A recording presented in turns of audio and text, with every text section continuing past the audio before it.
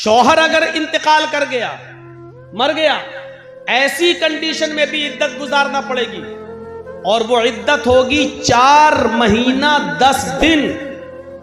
4 महीना 10 दिन औरत जो इद्दत गुजारेगी शौहर के मर जाने के बाद, मगरिब से पहले शौहर का इंतकाल हुआ तो ये उसका पहला दिन माना जाएगा, और यहां से अरबी महीनों की गिनती गिनी जाएगी। 29 का चांद होगा तो 29 का महीना माना जाएगा, 30 का चांद होगा तो 30 का महीना माना जाएगा, और ऐसे 4 महीने 10 दिन इद्दत गुजारने के बाद जिस दिन 4 महीना 10वां दिन जिस दिन होगा, वो 10वां दिन पूरा करने के बाद मगरिब की नमाज के बाद उस औरत की इद्दत खत्म हो जाएगी।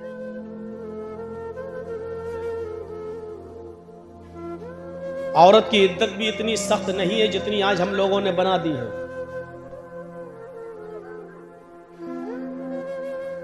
उसको घर से बाहर नहीं निकलने दिया जाता है। जिसका शौहर इंतकाल कर जाए उसको अपने घर की छत पर खड़ा नहीं होने दिया जाता है। आसमान से भी पर्दा करो। ये घर की मुल्लानियां जो होती है ना, हज्जने, ये ज्यादा बखेड़े खड़े करती हैं। इद्दत का मतलब सिर्फ इतना है कि 4 महीने 10 दिन तक जिसका शौहर इंतकाल कर गया वो दूसरी शादी नहीं कर सकती है। इद्दत का मतलब सिर्फ इतना है कि वो 4 महीने 10 दिन तक अपने घर में भी मेकअप नहीं कर सकती है। वो 4 महीने 10 दिन तक कोई नया कपड़ा नहीं पहन सकती है। वो 4 महीने 10 दिन तक अगर इन्हीं दिनों में अगर ईद का या बकरा ईद का दिन आ जाए तब भी वो घर के धुले हुए कपड़े पहन ले, लेकिन वो नए कपड़े न पहने, क्योंकि अभी वो इद्दत में है। इतना है इद्दत का मतलब। बीमार है, डॉक्टर के यहां जा सकती है, इलाज के लिए जा सकती है। उसके घर में कोई आदमी, उसका भाई या बाप बीमार हो जाए तो वो अपने ससुराल से, शौहर के घर से अपने मायके में भी जा सकती है, अपने बाप को देखने, अपने भाई को देखने, अपनी बहन को देखने वो जा सकती है। पर्दा जिन लोगों से अब है उस वक्त भी रहेगा। इसके अलावा इद्दत की और कोई मखसूस हैसियत नहीं है कि हम उसको घर की 4 दीवारी में ऐसे कैद कर दें, ऐसे कैद कर दें कि उसको घर के दरवाजे के बाहर तक ना जाने दें। नहीं, तुम इद्दत के अंदर हो। ये औरत के ऊपर जुल्म है, जुल्म है। 4 महीने 10 दिन की इद्दत यहां गुजारेगी। क्यों? 4 महीने 10 दिन के बाद दूसरी शादी करेगी। उसकी वजह क्या है? ताकि उसके पेट में पहले शौहर का अगर हमल होगा तो पता चल जाएगा, और दूसरी शादी अगर कर भी लेती है तो दूसरा शौहर 4 महीने 10 दिन के बाद तो जो बच्चा पैदा होगा वो दूसरे शौहर का माना जाएगा। हाँ, लेकिन एक चीज और बता दूं इसमें, अगर शौहर का इंतकाल हुआ और उस वक्त उसकी बीवी हामिला थी और पेट में 8.5 महीने का हमल था, बच्चा था, और शौहर उस बच्चे के पैदा होने से पहले इंतकाल कर गया, यानी 15 दिन पहले इंतकाल कर गया, अब औरत की इद्दत 4 महीने 10 दिन नहीं है। 15 दिन के बाद जब ये बच्चा पैदा हो जाएगा, इस बच्चे की पैदाइश के होते ही उसकी इद्दत भी खत्म हो जाएगी। क्यों? इसलिए कि उसकी इद्दत अब करने की जरूरत नहीं है, वो बच्चा पैदा हो चुका है, और बच्चा पैदा हो जाने का मतलब यह है कि ये उसी मरे हुए बाप का बेटा है।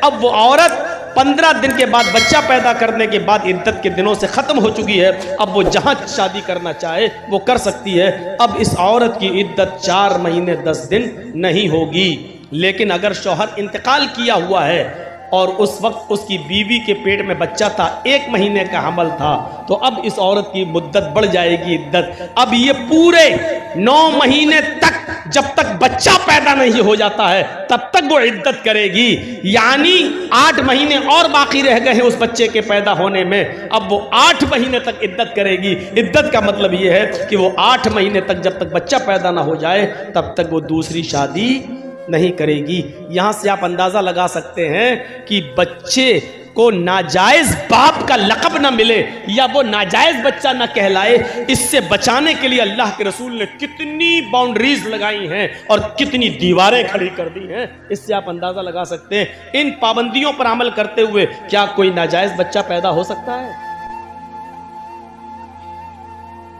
हमने तलाक भी नहीं दी, एक मसला और सुन लीजिए, हमने तलाक भी नहीं दी और औरत हमारी बीवी रहना भी नहीं चाहती है। आदमी तलाक नहीं देना चाहता है, बीवी रहना नहीं चाहती है।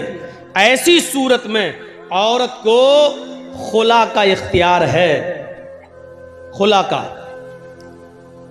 वो 5-10 आदमी अपने समाज के बिठाएगी और ये कहेगी कि मैं इसके साथ नहीं रहना चाहती हूं। अगर वो नाजायज तरीके से शौहर पर दबाव बना रही है, कोई परेशानी नहीं है, लेकिन बस वो नहीं रहना चाहती है, इसके बावजूद भी वो खुला ले सकती है, लेकिन वो औरत गुनाहगार होगी। मसला याद रखिएगा। अगर आप तलाक नहीं दे रहे हैं, आप कह रहे हैं मेरी परेशानी बताओ, लेकिन उसको रहना ही नहीं है, वो आपकी परेशानी नहीं बता पा रही है, लेकिन उसको रहना भी नहीं है, ऐसी सूरत में आप उसको तलाक नहीं दे रहे हैं, इसके बावजूद वो खुला ले सकती है, लेकिन वो गुनाहगार होगी, वो अज़ाबे इलाही की मुस्तहिक होगी, वो अज़ाबे जहन्नम की हकदार होगी, लेकिन खुला फिर भी ले सकती है। और खुले का मतलब यह है कि वो समाज के 5-10 आदमियों को बिठा के ये कहेगी मैं अपने इस आदमी के साथ आज के बाद रहना बंद कर रही हूं, मैं नहीं रहूंगी, मैं खुला ले रही हूं, आज के बाद मेरा और मेरे शौहर से कोई ताल्लुक नहीं है। वो समाज के 5-10 आदमियों के बीच में ये बात कह देगी और इसको खुला मान लिया जाएगा। ऐसी सूरत में भी औरत को 1 पीरियड इद्दत गुजारना पड़ेगी। 1 पीरियड इद्दत का मतलब उसको 1 पीरियड तक, 1 MC तक, जब तक उसको पीरियड शुरू नहीं हो जाता है, जिसको हम लोग MC बोलते हैं, जो हर औरत को महीने में कुछ दिनों के लिए जो ब्लड आता है उसको, तब भी उसको 1 ब्लड तक, यानी 1 पीरियड तक उसको रुकना पड़ेगा। वो दूसरा निकाह नहीं कर सकती है, दूसरे से शादी, क्योंकि अक्सर औरतें खुला जो लेती हैं, हम तलाक नहीं दे रहे हैं और उसको हमारे साथ रहना ही नहीं है, उसका चक्कर दूसरी जगह चल रहा है, वो उसके बिना रह नहीं पाएगी। तो ऐसी औरतें आदमी में बहुत सी बुराइयां निकाल कर किसी तरीके से तलाक देने पर मजबूर करती हैं, लेकिन आदमी तलाक देने के लिए तैयार नहीं होता है, तो वो कहती है हम रहेंगे नहीं, खुला ले लेती हैं। खुला फिर भी ले सकती है वो औरत, लेकिन गुनाहगार होगी। लेकिन खुला लेते वक्त भी उसको 1 पीरियड का, 1 MC का इंतजार करना पड़ेगा। जैसे ही उसको MC होगी, पीरियड शुरू होगा, पीरियड खत्म होने के बाद फिर वो शादी कर सकती है। अगर गलत तरीके से खुला लिया है तो अज़ाब इलाही की मुस्तहिक होगी, और जायज तरीके से खुला लिया है तो वो सवाब की मुस्तहिक होगी, क्योंकि शौहर शराबी है, नहीं रहना चाहती है, शौहर जुआरी है, नहीं रहना चाहती है, उसने बहुत समझाया, नहीं मानता है, कुछ कमाता नहीं है, बीवी को खर्चा नहीं देता है, बच्चों का ख्याल नहीं रखता है, समझा समझा के परेशान हो गए हैं सब लोग, समाज और सोसाइटी सब परेशान हो गई है। ऐसी सूरत में अगर वो खुला ले रही है और आदमी तलाक नहीं दे रहा है, तो इस औरत का खुला नाजायज नहीं माना जाएगा, बल्कि जायज माना जाएगा। यहां तक कि अगर किसी का शौहर बेनमाजी है, खूब खिलाता है, खूब पिलाता है, हर चीज का ख्याल रखता है अपनी बीवी का, लेकिन शौहर बेनमाजी है, बीवी कह के थक गई नमाज पढ़ो, लेकिन शौहर नमाज नहीं पढ़ता, ऐसी सूरत में भी उसकी बीवी खुला ले सकती है, क्योंकि बेनमाजी शौहर के साथ नमाज पढ़ने वाली औरत का रहना जायज नहीं है।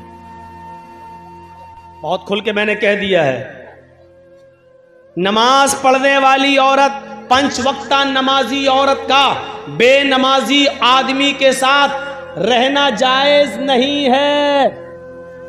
उसको चाहिए कि वो समझाए, समझाने पर भी ना माने तो कुछ दिनों के लिए अपने शौहर को छोड़ दे, इस पर भी ना माने तो उससे तलाक का मुतालबा करे, तलाक न दे तब वो 4, 10, 5, 10 आदमियों को बिठाकर खुला ले सकती है।